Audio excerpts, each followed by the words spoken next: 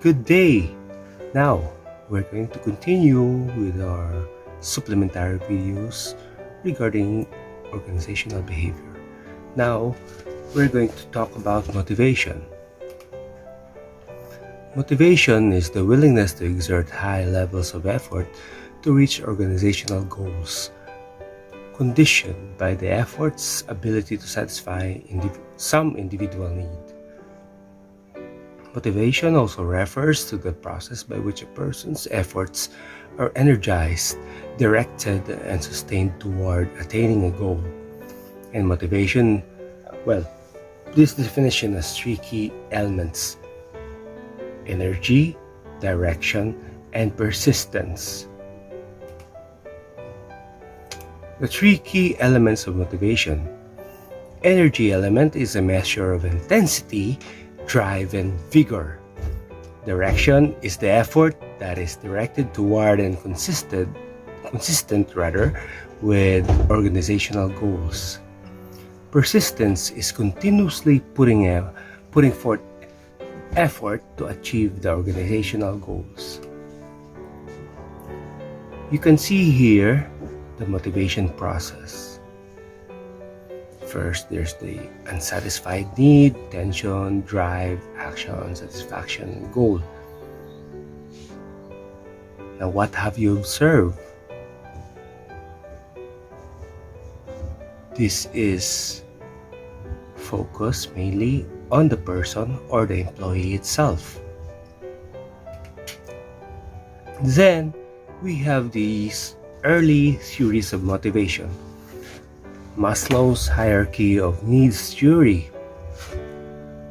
So in the lower level of needs, he says that we have to satisfy the physiological, safety, and then at the higher level of needs, we have to satisfy the social esteem and self-actualization. As I've said in the Management 101, these physiological needs and safety needs need not to be satisfied in order for you to achieve the social esteem and self-actualization needs. Whereas Maslow says that we have to satisfy the lower needs in order for us to satisfy the higher level needs. Then there is Douglas McGregor's Theory X and Theory Y. Douglas McGregor is best known for proposing two assumptions about human nature.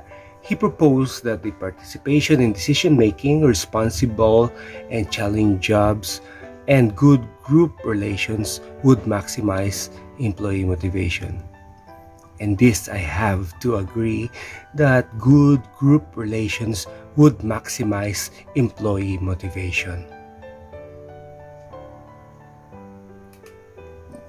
Theory X is a negative view of people that assumes workers have little ambition, they dislike work, they want to avoid responsibility, and need to be closely controlled to work effectively, whereas Theory Y is a positive view that assumes employees enjoy work, they seek out and accept responsibility, and they exercise self-direction. Then, there is this Frederick Herzberg's two-factor theory. It's also called a motivation hygiene theory, wherein he says that the intrinsic factors are the ones that give job satisfaction, and the extrinsic factors are the ones that cause job dissatisfaction. Sorry for that. And Herzberg wanted to know when people felt exceptionally good or satisfied or bad dissatisfied about their jobs. When people felt good about their work, they tended to cite intrinsic factors arising from the job itself, such as achievement, recognition, and responsibility. On the other hand, when they were dissatisfied, they tended to cite extrinsic factors arising from the job context, such as company policy and administration, supervision, interpersonal relationships, and working conditions. So what can you say about this?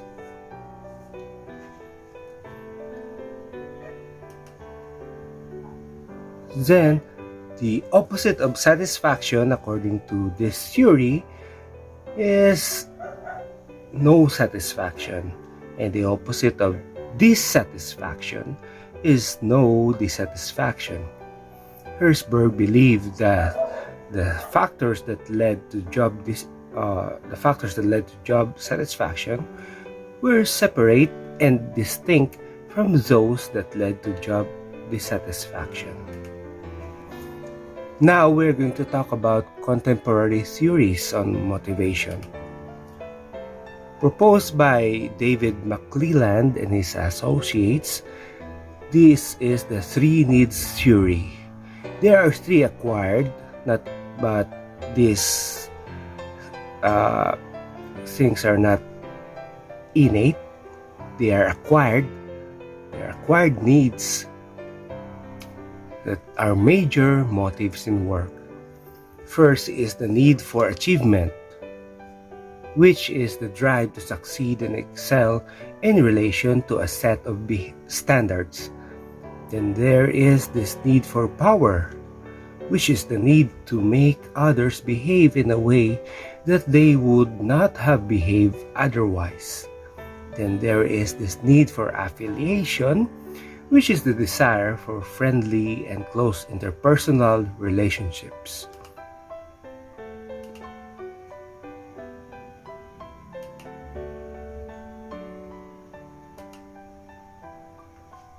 So the thematic perception test, or TAT, can determine this need for achievement, need for affiliation, and need for power. The goal-setting theory. It says that specific goals increase performance and that difficult goals, when accepted, result in higher performance than do easy goals.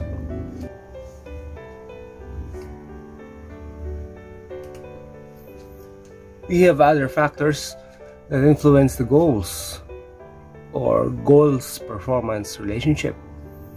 It's goal commitment. Goals are self-set rather than assigned. There's then this self-efficacy, wherein an individual's belief that he or she is capable of performing a task, and then the national culture, which is culture-bound. It assumes that subordinates will be responsibly independent, that managers and employees will seek challenging goals, and that performance is important by both managers and subordinates. So this is what we have in the goal-setting theory. What are your thoughts on this?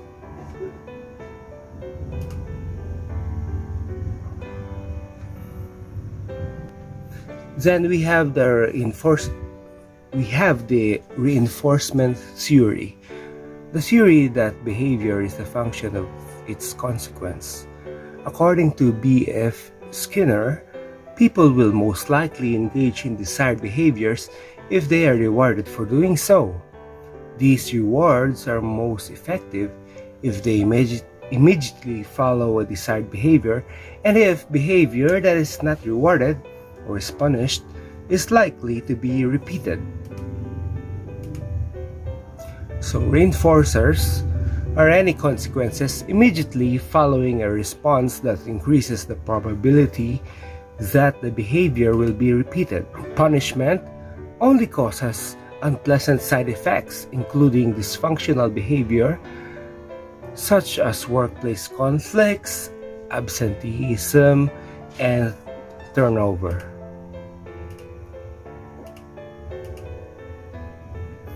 So, in designing motivating jobs, we have to literally take care of the job design, which refers to the way tasks are combined to form complete jobs. So from the organization, there are thousands of tasks, and it leads to jobs, and we proceed with job enlargement. Job enlargement, job enlargement is the horizontal expansion of a job by increasing job scope. And a job scope is the number of different tasks required in a job and the frequency with which these tasks are repeated. Okay, this is for example. Then we have this job enrichment. It's another approach to job design, which is the vertical expansion of a job by adding, planning, and evaluating responsibilities.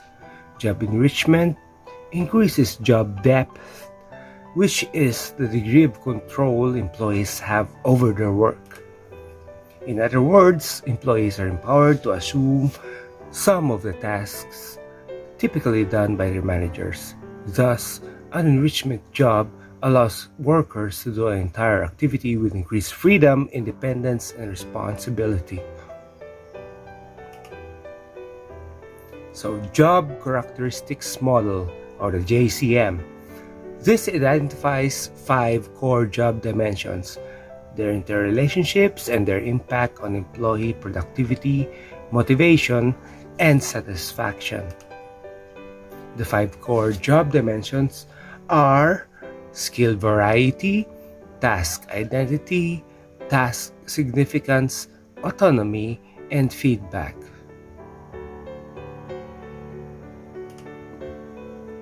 The more a job is designed around these 3 elements, the core job dimensions, critical psychological states, and the personal and work outcomes, the greater the employee's motivation, performance, and satisfaction, and the lower his or her absenteeism and likelihood of resigning.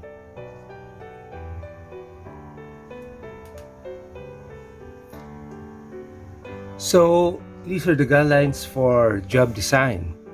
It says here that we should combine tasks. We should put fragmented tasks back together to form a new, larger work module, or job enlargement, to increase skill variety and task identity. Then we should create natural work units, design tasks that form an identifiable and meaningful whole to increase employee ownership of the work. This encourages employees to view their work as meaningful and important rather than as irrelevant and boring. Third is establish client relationships, may it be external or internal. So whenever possible, we should establish direct relationships between workers and their clients to increase skill variety, autonomy, and feedback. Fourth is expand jobs vertically. Vertical expansion gives employees responsibilities and controls that were formerly reserved for managers, which can increase employee autonomy. And fifth is open feedback channels. Direct feedback lets employees know how well they are performing their jobs and whether their performance is improving or not. Then we have this redesigning job design approaches. Relational perspective of work design focuses on how people's tasks and jobs are increasingly based on social relationships. It means that managers need to look at important components of those employee relationships, such as access to and level of social support in an organization, the types of interactions outside an organization, and the amount of task interdependence and interpersonal feedback. Proactive perspective of work design says that employees are taking the initiative to change how their work is performed. They are more involved in decisions and actions that affect their work. Then we have this equity theory, which is developed by J. Stacy Adams. It proposes that employees compare what they get from a job or its outcomes in relation to what they put into it, or the inputs. And then they compare the inputs outcomes ratio with the inputs outcomes ratios of relevant others. If an employee perceives a ratio to be equitable in comparison to those of relevant others, there's no problem. However, if the ratio is inequitable, she or he views himself or herself as under-rewarded or over-rewarded. When inequities occur, employees attempt to do something about it. Lower or higher productivity, improve or reduce quality of output, increase absenteeism or voluntary resignation. Then we have this expectancy theory by Victor Vroom. It states that an individual tends to act in a certain way based on the expectation that the act will be followed by a given outcome and on the attractiveness of that outcome to the individual. You can see there the expectancy model. The three variables of which are first the expectancy or effort, performance linkage, then the instrumentality or performance reward linkage, and then the valence or attractiveness of reward. You can read through it, you can pause for a while. Then we have these important points in expectancy theory. The key to expectancy theory is understanding an individual's goal and the linkage between effort and performance, between performance and rewards, and finally, between rewards and individual goal satisfaction. The expectancy theory emphasizes payoffs or rewards. As a result, we have to believe that the rewards an organization is offering align with what the individual wants, and the expectancy theory recognizes that no universal principle explains what motivates individuals, and thus stresses that managers understand why employees view certain outcomes as attractive or unattractive, and then an individual's perceptions of performance, reward, and goal outcomes, not the outcomes themselves, will determine his or her motivation, which is linked to the level of effort. Then we have these current issues in motivation. We have motivation and are motivating a diverse workforce, the pay for performance programs, the open book management, motivating the new workforce, and then motivating the new workforce. We have the flexible schedules or flexible working schedules. We have the compressed work week. Employees work longer hours per day but fewer days per week. And we have the flexible work hours or flexi time. In the Philippines, we call it flexi time. In the others, we call it flex time. It's a scheduling system in which employees are required to work a specific number of hours in a week, but are free to vary those hours within certain limits. And especially during this time of pandemic, we are using this. You see, we have this job sharing, the practice of having two or more people split a full-time job, and telecommuting, which employees work at home and are linked to the workplace by computer and modem. Again, it's very relevant in this time of pandemic. And we have these cultural differences in motivation, which means that managers need to be flexible by being aware of cultural differences and show flexibility in responding to those differences. And then the compensation plans that pay employees on the basis of some performance measure. Open book management share the information so that employees will be motivated to make better decisions about their work and better be able to understand the implications of what they do, how they do it, and the ultimate impact on the bottom line. Then we have these motivating professionals. Professionals have a strong and long-term commitment to their field of expertise. Their loyalty is more often to their profession than to their employer. The chief reward in their job is the work itself. Then let's proceed with these motivating contingent workers. Contingent workers have no security of stability that permanent employees have, and they don't identify with the organization or display the commitment that employees do. Motivation is the opportunity to become a permanent employee. Motivating low-skilled minimum wage employees, well, it says here that money is an important motivator. Then employee recognition program, pats on the back are sincere and must be given for the right reasons. And we have to empower employees here at this low-skilled minimum wage employees level. So in motivating employees, we should recognize individual differences, match people to jobs, use goals, ensure that goals are perceived as attainable, and then individual as rewards. We should link rewards to performance. We should check the system for equality, and we don't ignore money. So, if you like more of these videos, click like and subscribe.